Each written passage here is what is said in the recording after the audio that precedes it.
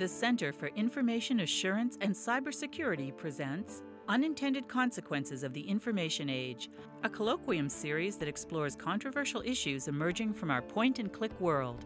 Our infrastructures, online and vulnerable.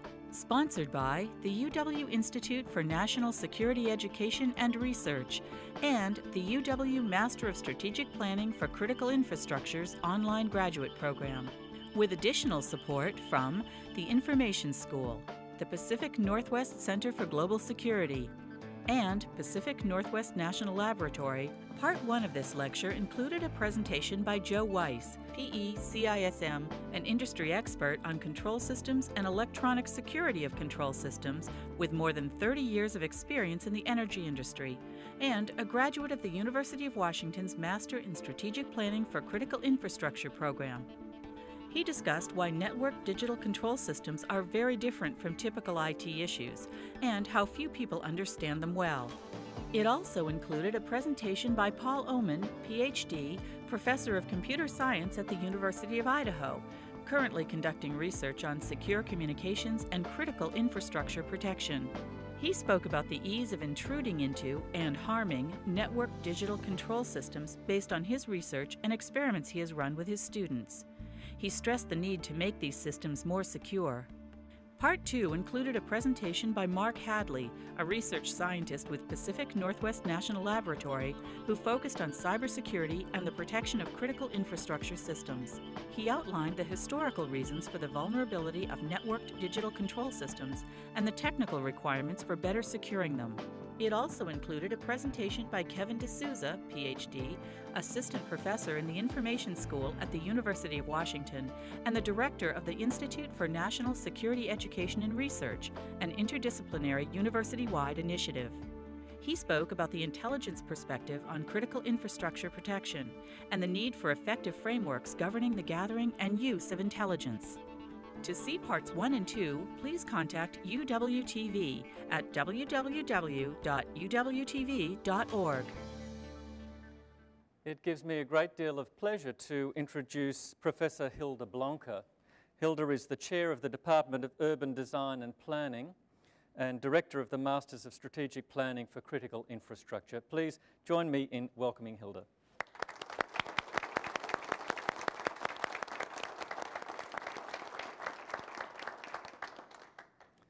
Thank you, Dean Bruce. I am very pleased that our colleges and centers are collaborating to bring this important panel to a broad audience. Our panel today is focused on industrial control systems. This is a topic of great relevance to the new Masters in Critical Infrastructures Protection, which I will briefly describe in a minute or so. Critical infrastructure is a term of art coined in the late 1990s by a presidential commission. The definitions of the term, as you find on this slide, emphasize how certain infrastructure systems are vital to national defense, economic prosperity, and quality of life, and how their protection is vital to the country's well-being. It is worthwhile also to point out that over 80% of these systems are in the private sector. These systems have been deemed especially vulnerable today to accidents and attacks due to their interdependence. And as you can see from this figure published by the National Research Council, their interdependence is quite complex. However, what is also clear is that these systems are particularly dependent on electricity and information technology, as you will see right here.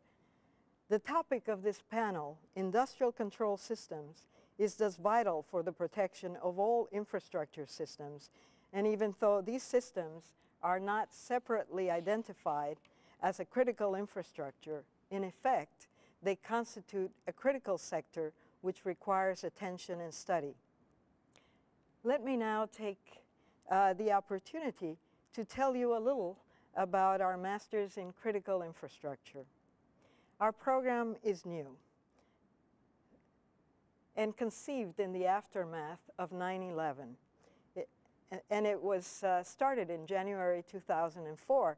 As a matter of fact, I'm very pleased to tell you that our first distinguished panelist, Joe Weiss, is one of the first graduates of our program.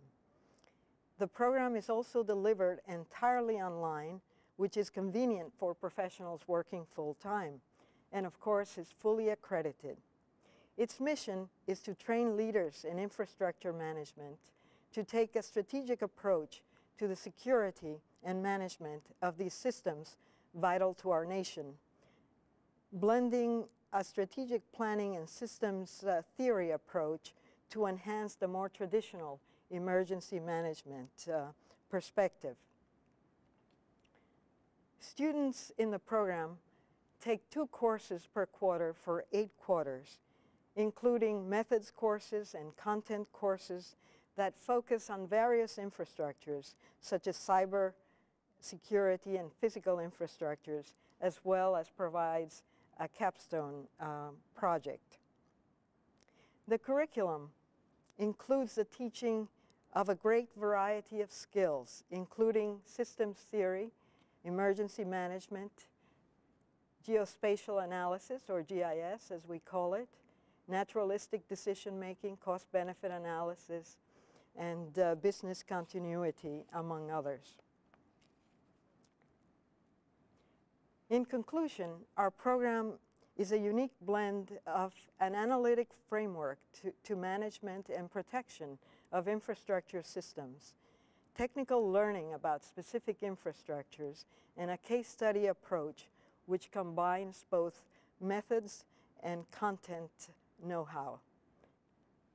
For further information on the program, please see our website as found on this final slide. Now, I would like to introduce you to our moderator, Barbara Endicott-Popovsky, who is the director of the Center for Information Assurance and Cybersecurity at the University of Washington, and who is most responsible for bringing this important series of panels to the public. Barbara will also introduce the panelists. Here's Barbara. Thank you very much.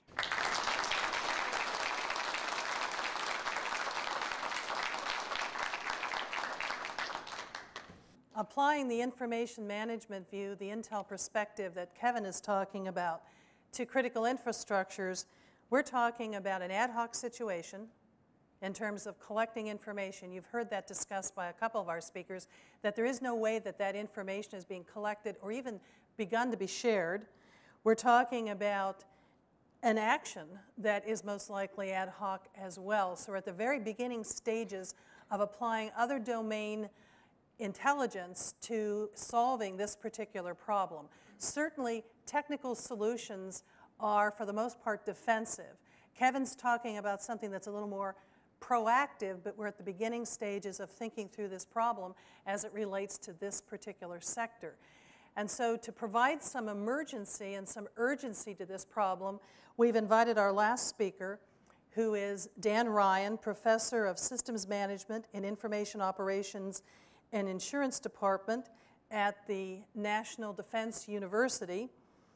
He is a major resource to those of us who are in centers of information assurance in the United States. We have a number of universities that have that NSA designation. Dan is a major resource to all of us in terms of information and perspective that he provides from the legal point of view. Dan has been in and out of industry, government, academia with a long career in executive roles at Booz Allen, for example, and Hughes Aircraft. In the public sector, he's worked for the Central Intelligence Agency in an executive role, and he was Director of Information Systems Security for intelligence with one of the agencies. He's an author of several security books.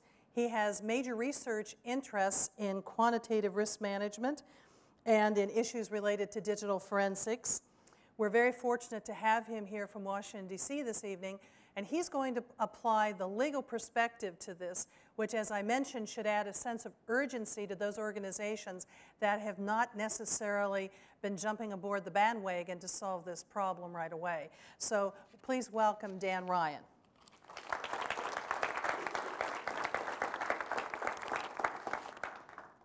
Thank you, Barbara. I'm going to be talking about the legal environment in which these systems that my esteemed colleagues have been describing for you operate, and some of the problems that the legal system causes for us as we rely upon and use these systems. I'm going to be expressing my own opinions tonight. I will not be giving you any of the formal positions of the National Defense University or the Department of Defense or the United States government. In fact, I've prepared a slide to tell you your legal rights and responsibilities with respect to this information, so please read it carefully. Well, my learned colleagues have told us lots about the interesting situations we face with regard to industrial control systems and their vulnerabilities. There's no Chinese curse, may you live in interesting times. And I think they've made it quite clear that we live in very interesting times with regard to these types of systems. The systems, however, are so integral to our economic security and our national security and our way of life that we have no possibility of avoiding the kinds of problems that they're talking about. What we have to do is learn to deal with those types of problems. We know that these systems are vulnerable and that if you give them the wrong set of instructions, that bad things will happen. And of course, when bad things happen, people look for someone to sue. So this is a rich environment for litigation opportunities. Good news there. You may not have thought of that as good news, but for those of us who are lawyers, that's very good news indeed. There are many, many opportunities for assessing legal liability with regard to these systems and their operation, and I'm going to talk about not all of them by any means because I don't have time, but a few of them that I think you will find instructive. We'll talk a little bit about criminal liabilities. We'll talk some about tort liabilities, particularly negligence and privacy type issues, some product and contract type liabilities, a little bit about terrorism, and finally I will revisit the issues that Paul raised about cyber war. Paul mentioned the Australian water case. And this was a young man who had applied for a job. He'd worked for a company that developed this water system in Australia, and he applied for a job with the local council and didn't get the job, and so he was very unhappy about that. So one day he drove his car out to the water plant that he had helped write the software for, and it had a Wi-Fi system that it used to connect to the control system that operated the water system, and he entered in through the Wi-Fi system into the system and opened the sluice gates and dumped a great deal of water, 4.5 million liters of raw sewage into the shoreline there, which caused a great deal of problem. There were nearby resorts that were shut down because the water was so bad. There were cleanup issues associated with it, and ultimately things had to be put into place to stop that kind of attack, and that cost them some extra money. So it cost a great deal of money. And he found himself facing 30 charges under the Australian criminal law and ended up going to jail for 2 years and was fined some money that was supposed to help with the cleanup efforts. So there is criminal liability here for those who misuse these and abuse these types of systems. However, in the United States at least, all of our criminal liability is based upon statutory law. And so you have to look very carefully at the statutes to determine exactly what acts are considered to be criminal acts for which liability will be assessed. So I pulled out of Section 49 of the United States Code, that is the federal law, from Volume 49, the section on gas pipelines. And this is what it says. A person has to knowingly and willfully damage, destroy, or attempt to damage or destroy the system in order for a criminal act to have taken place. So I ask you, if Mr. Bowden, the engineer in Australia, had committed that act in the United States against the gas pipeline system instead of a water system in Australia, would he have been found criminally liable? He didn't destroy anything. He simply opened the floodgates. And so we have an issue in the law associated with how we write the law in order to get the effect that we want the law to provide for us. And I'm not sure we're there yet with the laws that we have in the United States. So when we can assess criminal liability and exactly how we can assess it isn't always clear. We have less guidance than we really need in this area. Also, criminal liability doesn't just apply to, let me go right ahead here for just a second, doesn't just apply to the perpetrator like Mr. Bowden who actually go in and do the bad stuff. Somebody's going to have to investigate what's going on. And the digital forensics folks who will go in and do the investigation may themselves be subject to criminal liability if the right policies are not in place and if the right activities are not undertaken. If they do it carelessly, they can run up against laws like this one. 18 U.S.C. 2511 is the Electronic Communications Privacy Act, and it says that it is a felony to intercept someone else's communications. And there's some exceptions built into the law. If you have a warrant, then it's okay to intercept somebody else's communications. Or if you're just monitoring for operational purposes, not because you're conducting an investigation, you're okay. But if you are in fact conducting an investigation into what you think of as misbehavior, and you intercept some communications that are going across the system, and remember that all of these systems are connected to the internet and use related systems, if you intercept communications, you can actually commit a felony in the process of investigating someone else's felony. So it's a tangled web. Aside from criminal liability, we have tort liability issues. The main one, of course, is negligence. In negligence, you remember, you have to have four things. You have to have some sort of standard of behavior that we expect people to observe. Reasonable people will behave in such a way that they don't hurt others. We have to have a breach of that standard. We have to have someone being injured. And there has to be some sort of causal connection between the breach and the injury. It's not enough that we've got an injured person. Injuries do happen. We have to have a connection between the misbehavior and the injury. Sometimes in law we talk about that as foreseeability. Do we have a foreseeable event here? And so I would ask you, is it foreseeable that a SCADA system or another type of industrial control system would be attacked? Based on what you've heard tonight, I think we could all agree that it's quite foreseeable that attacks could come from criminals or from hackers or from terrorists or perhaps from other sources as well. And because it's foreseeable, that means that those who are responsible for owning and operating these systems have a responsibility to others to see to it that those others don't become foreseeable plaintiffs, that they don't get injured by the misoperation or the failure to correctly operate the systems, and that includes the failure to properly secure them. And so they face the problems associated with negligence if they fail to implement appropriate, reasonable security measures on these systems. What's reasonable? Well, that gets tricky. In one sense, we might look to statutory law to determine what's reasonable.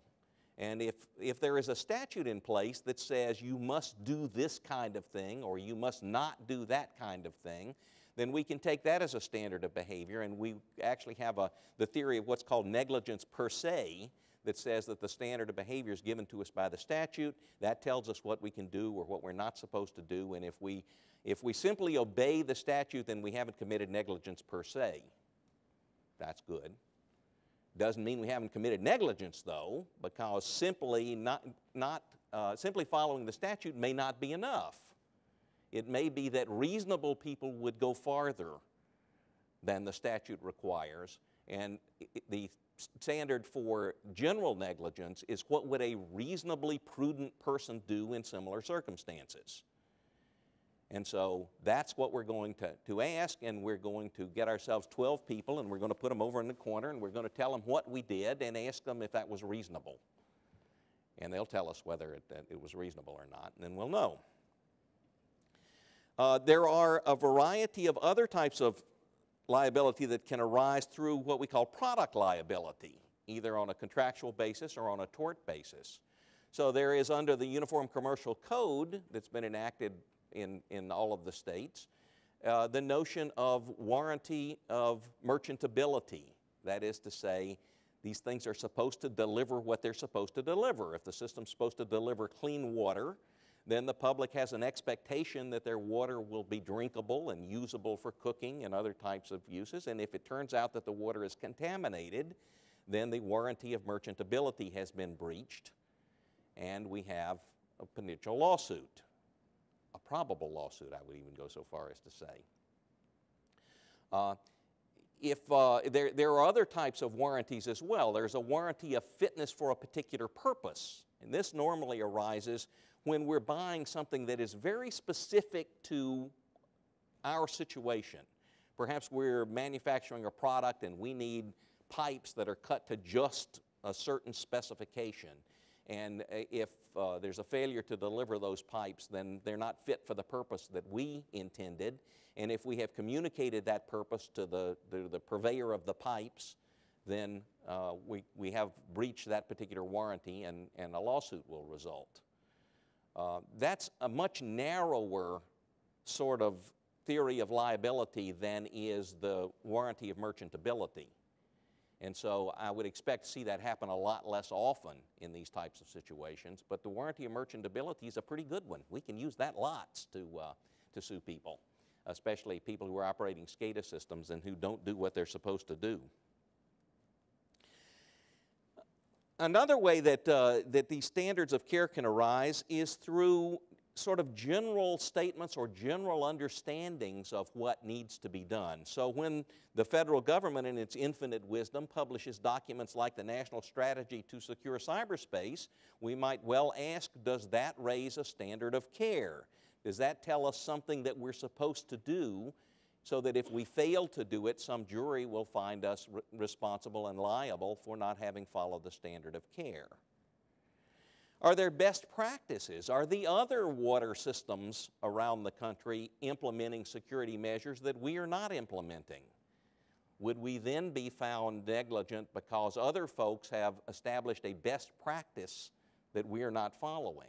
And so the whole notion of what the standard of care is may be a moving target in these situations. Whereas the attackers attack and we learn how they attack, we implement the sort of safeguards that my esteemed colleagues have told you about, and then that raises the bar. If you are running such a system and you haven't implemented those safeguards, then you run the risk that you will be held to be negligent because you haven't met the best practices standard of care. So it's not enough to sort of do this once and then you get to go and relax. You have to constantly be tracking what is going on in the community of interest and make sure that you are following the evolving standard of care.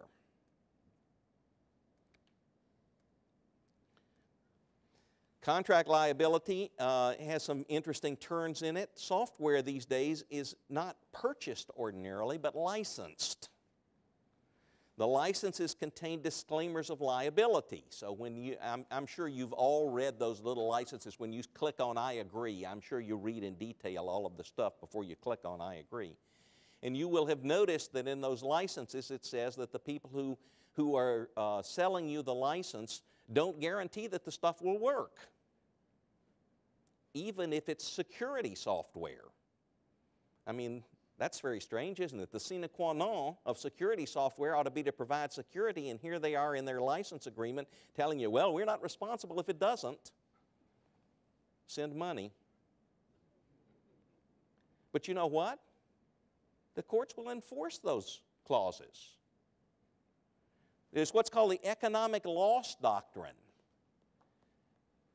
Let's go back to the case where we had the Mr. Bowden in Australia dumping 4 million liters of sewage into the beach in front of the resort. The resort lost a lot of business as a result of that. Tourists that would have come there didn't, because they didn't want to go to a place where they couldn't swim, and they couldn't swim in that water, at least not safely. So there was a great economic loss.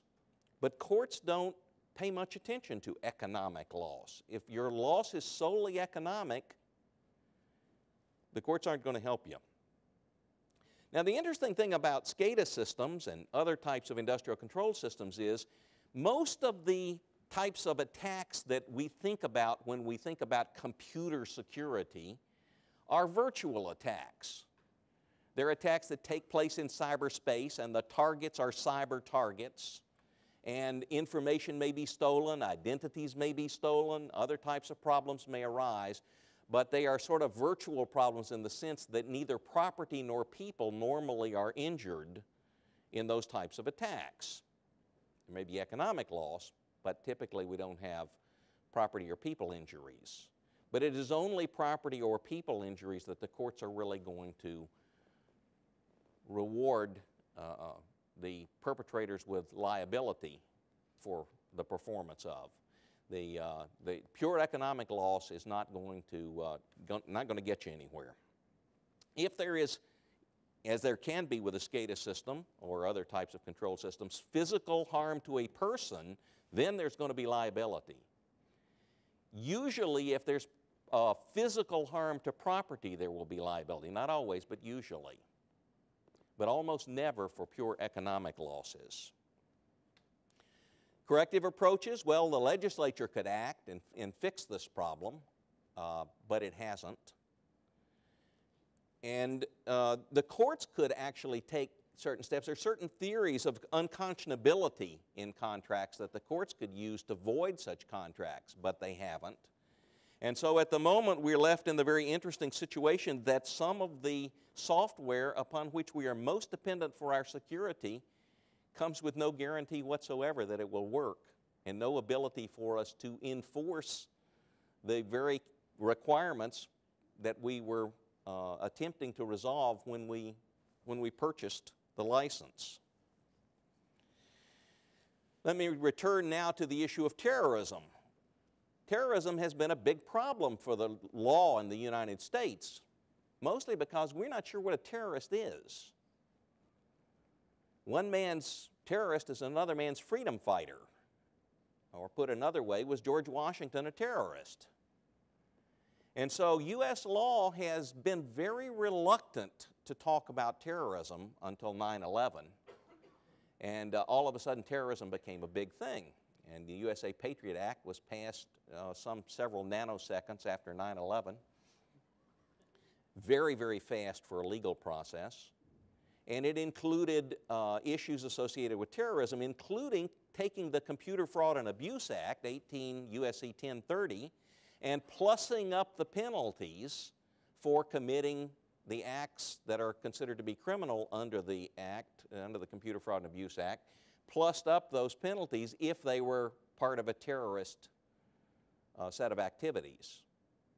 And so for the very first time now, the law is treating terrorist acts differently than it treats liability for exactly the same act performed for criminal reasons or mischievous reasons or other kinds of reasons.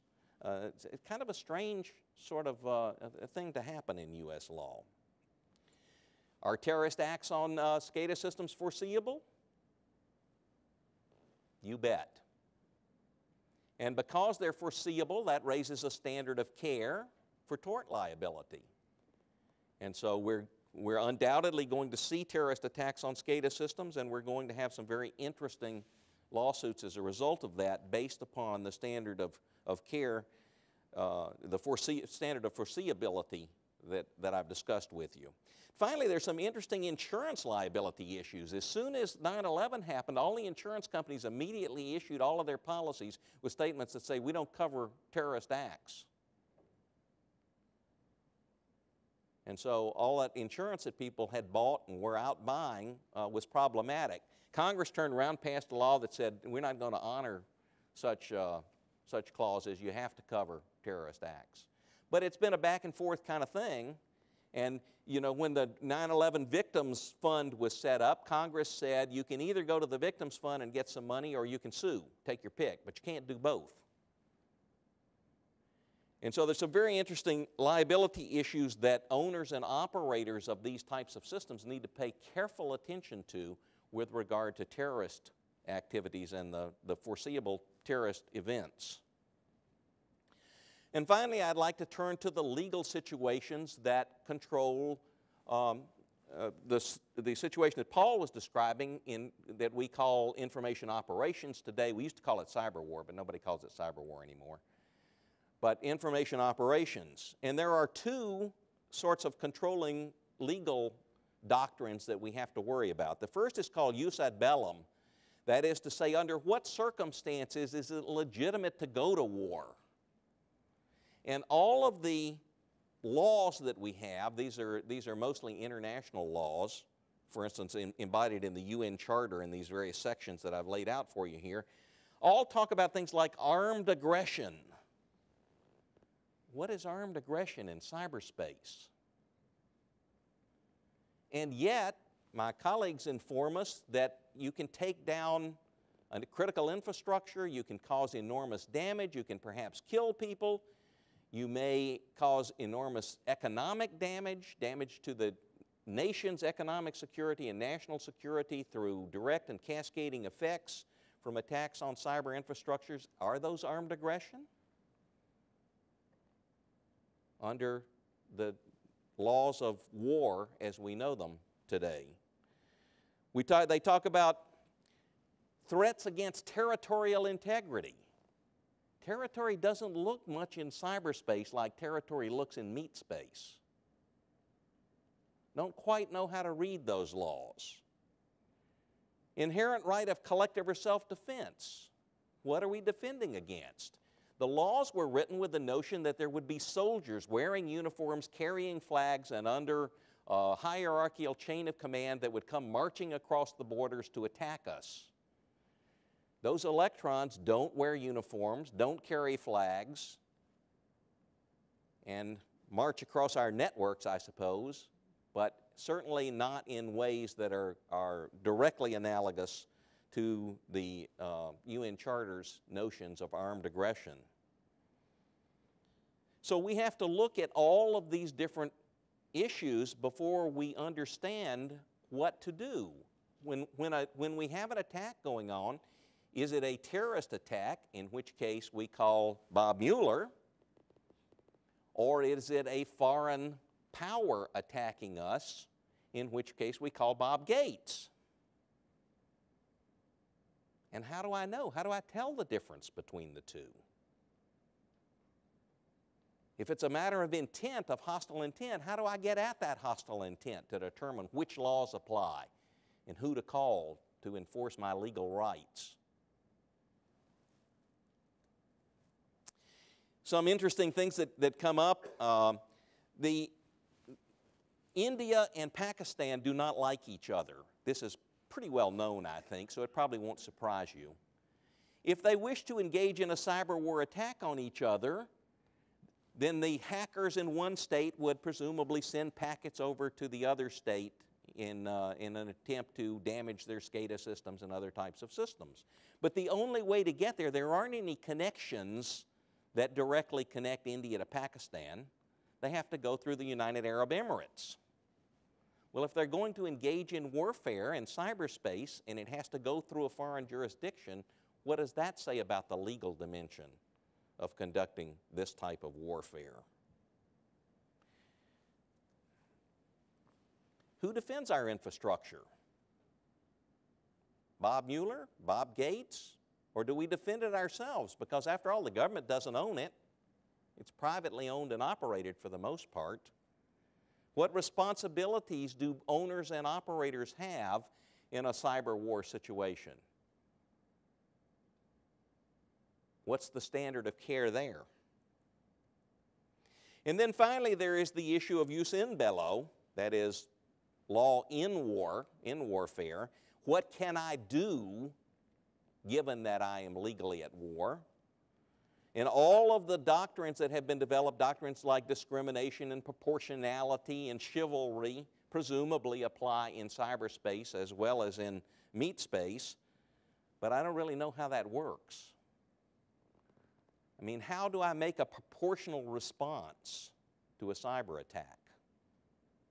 How can I even control the response that I make? In some ways, we're much more like the situation with regard to nuclear warfare in the 1950s, where all we could do is kind of go all out, destroy everything.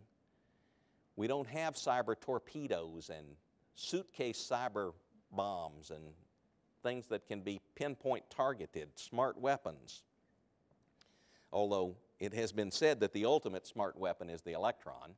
Perhaps that will someday be true, but it isn't yet, at least for the purposes of war. And can we ultimately win a war in cyberspace? There are folks who will tell you that we can go to war in cyberspace and we can actually win a war without ever engaging in any kinetic warfare at all, without ever firing a shot. I don't think that's true yet. Maybe true someday. But you can sure as heck do a lot of damage. Imagine if these SCADA systems that my colleagues have been describing came under a full-scale attack by an enemy, and they took down the phone systems, they took down the financial systems, they took down the oil and gas systems, they took down the electric system. How soon would Los Angeles run out of food if all of the trucks, planes, and airplanes and aqueducts that bring food and water into the Los Angeles basin stopped bringing those things because all the systems that control them weren't working anymore? Anybody want to take a guess at how much food there is in storage in the Los Angeles basin? 3 days. About 3 days. So we have some very interesting problems in cyberspace, interesting technology issues that we have to deal with, but also some very, very interesting legal issues that we need to deal with. And we know that these attacks are going to take place. There's very little legal guidance in this area, a whole lot of uncertainty. We need to look at all of the techniques like war driving and network scans and Wi-Fi systems and things that my colleagues talked about, and address the sort of cost-benefit issues associated with those so that we can then decide what the law ought to be and how we will assess legal liability for attacks on these types of systems. Thank you.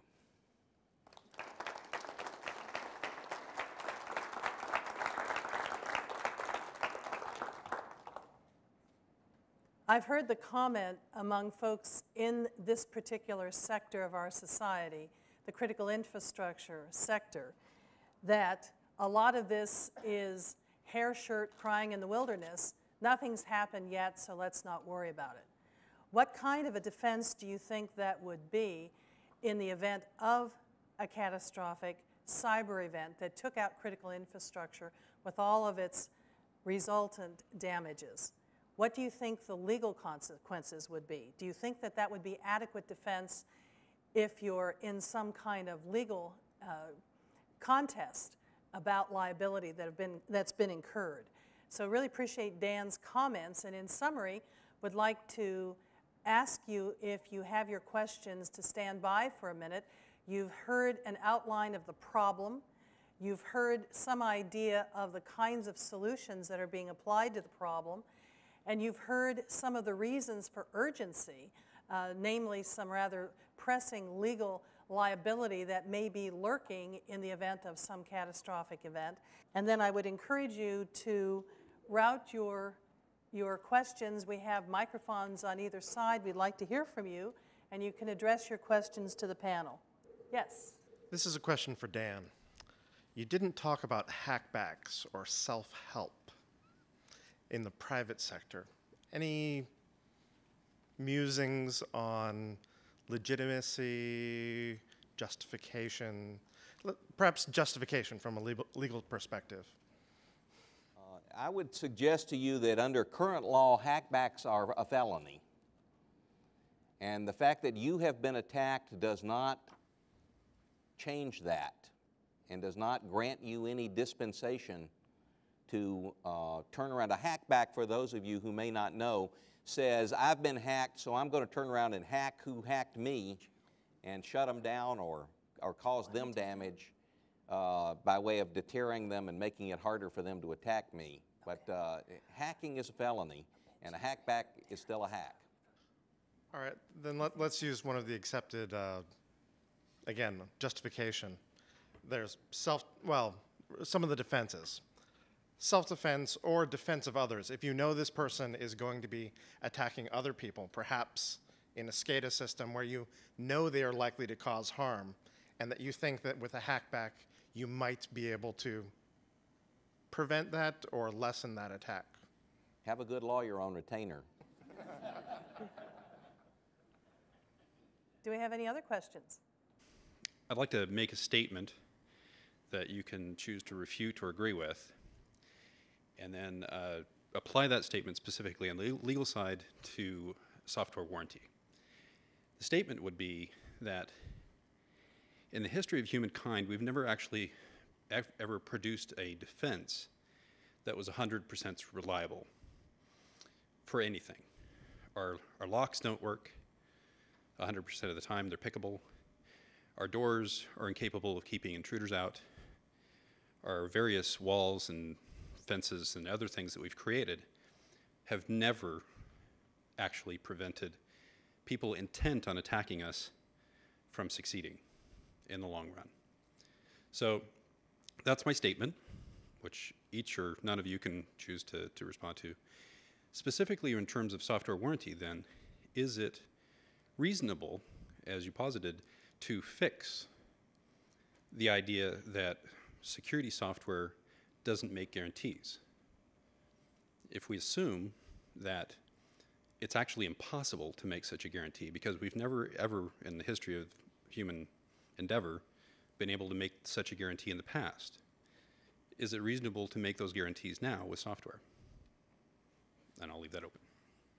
Well, you raise several independent issues. The law often deals with what we think of as what is reasonable to do. That is, law is about what's acceptable behavior and what's not acceptable behavior, and it's not reasonable to expect people to behave in ways that are impossible. And so we assess legal liability on the basis of due care or reasonable care being exercised. But sometimes we go farther than that, and sometimes we say that we'll have no-fault laws, and we will simply arrange the situation so that someone who is damaged is compensated regardless of the reasonable nature of the situation in which the injury resulted.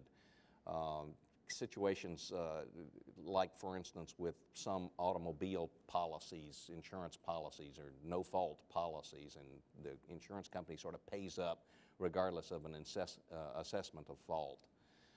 It depends upon the overall desire of society in the way that it drafts those laws. If we decide that security in its own right is so important that we're going to allow compensation without worrying too much about reasonableness, we're just simply going to say that people who are injured are entitled to be compensated, then we could do that. We have not. So, you know, all of that plays. The other thing that I think we need to consider carefully is who is in the best position to fix the problem. Right now, the weight of the problem is entirely on the consumer, and none is on the shoulders of the manufacturer or seller of the software. Is the consumer the person or entity best capable of fixing those problems, or is the manufacturer, in fact, better capable of fixing the problems? And usually in the law, we try to put the burden on the people who are best capable of solving the problem. We all recognize that security is a process, and there's never a 100% guarantee that your security processes are going to succeed against all forms of attack. So when I train utility executives, I basically say that. But then you move into the conversation that Dan is alluding to. You have to do this. You have to do this in order to show due diligence, in order to show best practice. If you don't do these things, even though you know it's not 100%, it may even only be a 10% mitigation. If you don't do these things, then you have not exercised the due diligence, and you may be liable. You certainly are more liable if you don't do them than if you did them. We have another question. Seth? One of the speakers pointed out that there are some key differences between IT systems and SCADA, PCS type systems. However, there are certain similarities, one of which is reliance on microprocessors. And while the microprocessors used in SCADA and PCS may be proprietary and not mass-produced, they're not all necessarily produced in the United States and are not necessarily produced by countries that are friendly to the United States. Without sounding like a conspiracy theorist, can you talk a little bit about the threat posed by the fact that many of these embedded microprocessors could conceivably be, I'll call them a little dormant army of silicon soldiers, you know, sleeping away in systems installed at various government and commercial entities, waiting for somebody to give them orders? I see Mark wanting to comment on that. Mark? We are doing research in that area today because it's not just, well, it's basically software that's running on a microcontroller. That's all it is. It's just a little computer that's running software. What does that software really do? You are absolutely right. And some people may say we're paranoid, but that doesn't mean they're not out to get us. And that's the approach that we're taking. We have research projects that are being developed for defense clients, and that's about all I can say on that. But the goal is to figure out what is actually happening in this. And you are right that the majority of the vendors for our energy management systems, et cetera, are foreign entities. But in the IT world, you know, it's the same way. A lot of the security companies are not domestic. Okay, I have one other question. Rick? This is for Kevin. Understanding about the fact that Intel is a very difficult situation at best. With the world that we're in today and the enemies that we have being more and more united against us, how does one, you were talking about the lack of sources in Iraq on WMDs. With the closed society or a society that has such a hatred for the West, how does one protect somebody that might want to come forward without them being compromised? And how, with their expertise, because I'm sure they've got people just like we do who are expert in security and IT and SCADA and all that, how do we protect this country or Western Europe or wherever against attacks without the proper laws, as Dan's talking about, and protecting the people that want to come forth without them being so compromised that their lives are totally jeopardized? Wow. That's a handful. I guess, well, there are three major issues here. Number one is to protect people who want to share information. We first have to be able to identify these people. And today, that's a major challenge. It's no more that you go to the embassy parties, or you go and meet at a conference or this or that. Those are no more there, because today the kinds of threats and the kinds of entities from where these threats emerge don't go to embassy parties, and they don't go to all these fancy things. And so to be able to recruit the sources that have this information, we need people who have cultural knowledge about these areas. Now,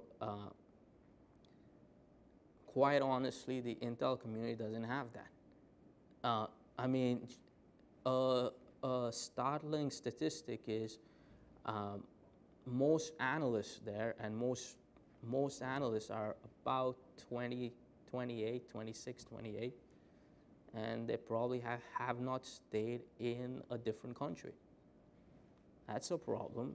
And guess what? If you did stay in a different country, you would not make it through the security clearance process. So guess what?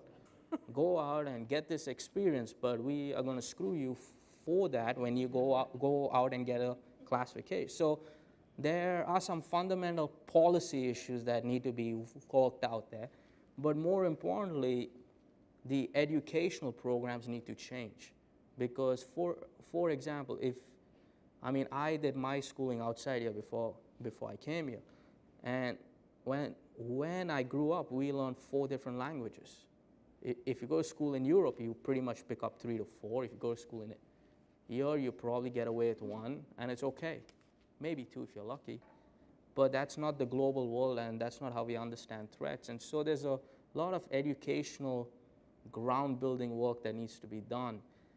Then we need to get more educated about the policies that we have in how we hire people. For example, the National Academies of Science came out with a very nice study about the future of computing and engineering and so on and so forth. Almost all of the PhD students are not born in the US or are not US citizens. Today, there are opportunities outside this country for them to go and do cool work. That's why a lot of the technologies that are being built are outside here. Do we have a process in place to get them in? Utilize their skills carefully. Can we get them through the clearance process? Most probably not. And so how are we going to deal with this rather than saying we have all the answers? So to have a more open model is one way we'll be able to get at those sources.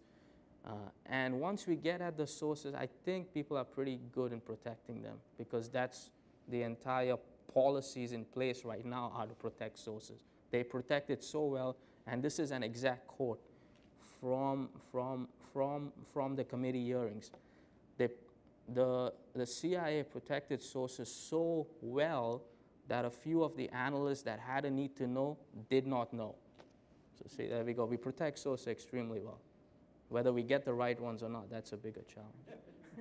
And I'd like to conclude by saying that we have programs here at the University of Washington designed to train people in these fields that are in desperate need of intelligent participants. We have the iSchool, the Masters of Science in Information Management. Kevin is a professor in that program. We have the Masters of Science, or the Masters in Strategic Planning for Critical Infrastructure, that explores specifically issues around planning and protecting infrastructure. It's an online degree. And I'd like to encourage you, if you have interest in pursuing either of these, that you consider applying now, because enrollments are open this spring, and we will be forming new cohorts for the fall. This event was designed to raise awareness on problems of critical infrastructure. I hope it's been informative. I hope that you've had an opportunity to see some of the latest thinking from people who are on the leading edge of thinking about these problems. I hope it's been beneficial to you. I thank you for coming out on a weekday night to spend time with us. I thank all of our guests who participated. Paul for coming all the way from Idaho. Mark, you came from Richland. Kevin, you were nearby, but you have a long day teaching, so thank you. And Dan, you're our long distance winner coming all the way from Washington, D.C. I'd like to thank Harry Bruce and Hilda Blanco for supporting and hosting this event for us. And again, thank you very much for coming out this evening. Unintended Consequences of the Information Age, a colloquium series that explores controversial issues emerging from our point-and-click world.